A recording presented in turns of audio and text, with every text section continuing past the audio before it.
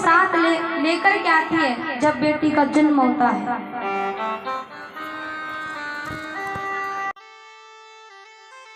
शक्ति, लक्ष्मी और खुशियां।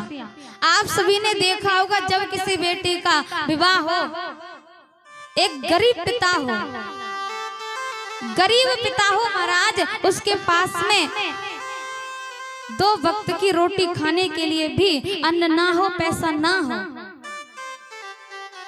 जब उस पिता की बेटी का विवाह नजदीक आ जाए तो उस गरीब पिता की जेब महाराज पैसों से भर जाती है। अरे पैसा कहीं से भी आए, कैसे भी आए, लेकिन जैसे ही विवाह नजदीक आएगा ना तो जेब पैसों से भर जाएगी। क्यों? क्योंकि महाराज अभी घर के अंदर लक्ष्मी बैठी है ना। अरे पैसा कैसे भी आए, कहीं से भी आए, क्योंकि घर के अंदर लक्ष्मी बैठी है। और जैसे महाराज उसकी बेटी की विदाई हो जाए, उसके अंदर जो लक्ष्मी बैठी थी ना, वो उसके घर को छोड़ करके चली जाए तो उस पिता की जेब पैसों से खाली हो जाती है। फिर उस पिता की जेब में एक पैसा रुकता नहीं है। क्यों? क्योंकि अंदर की जो लक्ष्मी थी ना वो छोड़ करके चली गई। फिर जेब पैसों की भरी जेब महाराज खाली हो जाती है। दूसरी बात शक्ति की आती है। आप सभी ने देखा होगा कि जब किसी बेटी का विवाह हो, बहन का विवाह हो, तो महाराज एक पिता भाई महीने पहले से विवाह की वो तैयारियां करते हैं। कभी ये सामान लेकर के आना, कभी वो सामान लेकर के आना, कभी दावत का तो कभी शादी का। महाराज एक पिता ढंग से भोजन भी नहीं करता, नहाता भी नहीं है, सोता भी नहीं है, लेकिन फिर भी थकता नहीं है महाराज, थकावट नहीं होती। इधर उधर भागने में लगा रहता है, सो भी नहीं पाता, खा भी नहीं पाता, लेकिन फिर भी थकता नहीं है। क्यों? क्योंकि अंदर शक्ति है ना।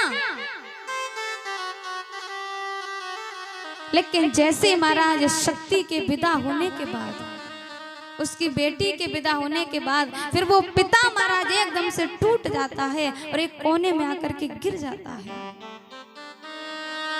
फिर सबसे कहता है कि भैया 2-4 दिन तक मेरे से कोई बात मत करना, क्योंकि अब मेरे में वो हिम्मत, वो सामर्थ्य नहीं है कि मैं आपसे 2-4 बातें भी कर सकूं। अरे वो पिता एकदम से टूट जाता है। वो पिता जो कि महाराज विवाह से पहले इधर उधर दौड़ता था, भागता था, कभी ये सामान आना है लेकर के, कभी वो सामान, लेकिन थकता ही नहीं था, भोजन भी नहीं करता, नहाता भी नहीं था, सोता भी नहीं था, नींद ही नहीं आती है रात्रि में, चिंता है ना, लेकिन थकता नहीं है। और आज जैसे महाराज शक्ति की विदाई होने के बाद में वो पिता एकदम से टूट पड़ता है, गिर पड़ता है कि अब मेरे से कोई बात मत करना। ये सब महाराज प्रैक्टिकल की बातें हैं। तीसरी बात आती है आनंद की। जब घर में किसी बहन बेटी का विवाह होता है ना तो महाराज नातेदार, रिश्तेदार सब आते हैं। घर में महाराज बहुत आनंद आते हैं, गीत आनंद होते हैं, रोलचल होते हैं। लेकिन जैसे ही बेटी की विदाई होने के बाद में फिर महाराज वह घर अच्छा नहीं लगता। फिर नातेदार, रिश्तेदार सब कहते हैं कि अब हमको जाने दो, अब आपके घर में हमारा मन नहीं लगता। जब बेटी की विदाई होती है ना तो महाराज माँ रोए, पिता रोए, ऐसा कुछ नहीं है। जब बेटी की विदाई होती है अड़ोसी पड़ोसी, नातेदार, रिश्तेदार सब रोते हैं। एक व्यक्ति ऐसा रोता है जिसकी महाराज हम और आप कल्पना नहीं कर सकते।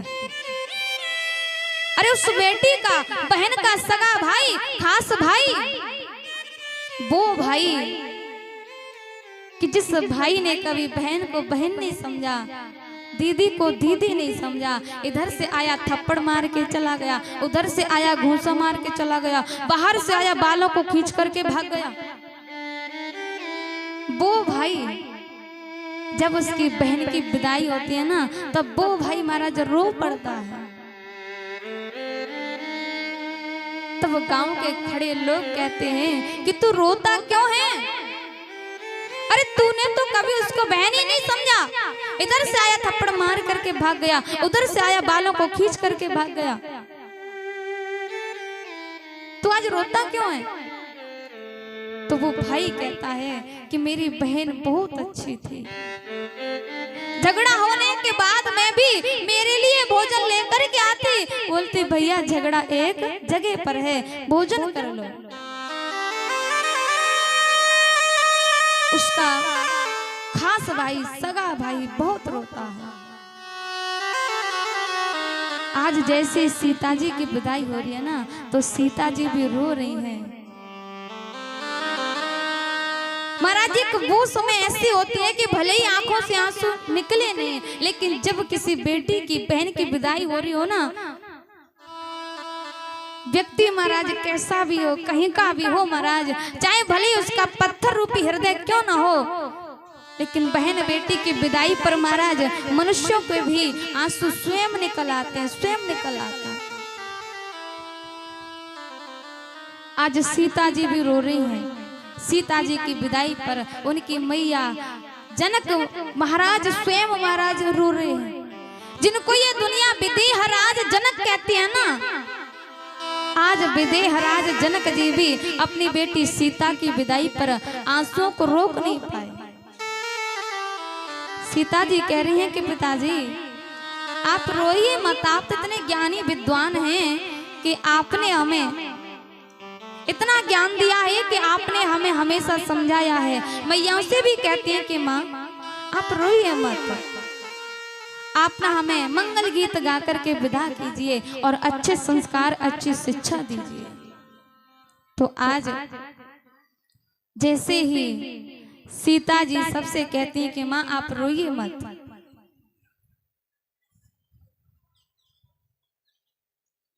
आज सीता जी की जब विदाई हो रही है तो सब रो रहे हैं।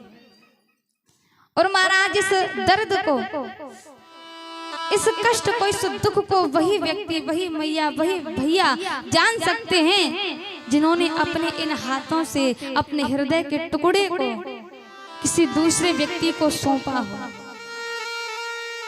किसी ने अपनी बेटी की विदाई की हो महाराज, वही व्यक्ति इस दर्द को, दुख को समझ सकता है कि उस समय कितना दुख होता है।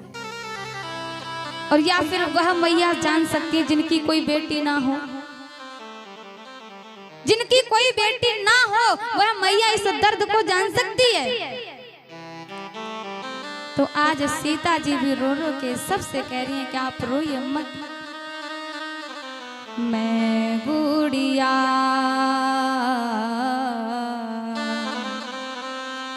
मैं चिड़िया तेरे आंगन की, मैं लाड़ो मैं बेटी तेरे आंगन की, मैं लाड़ो बैठ के जाऊं डोली, बैठ के जाऊं डोली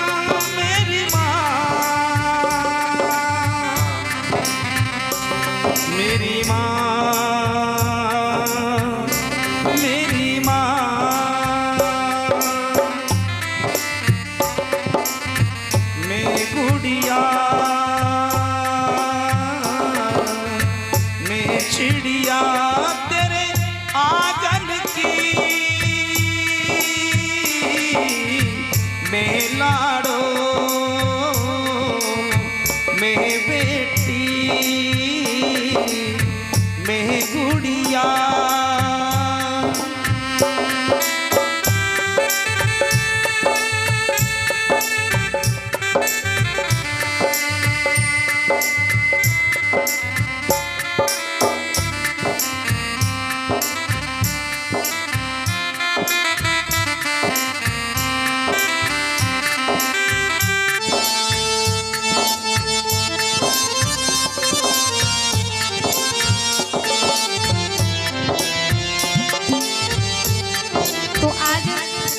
सीता जी कह रही कि माँ आप रोइए मत,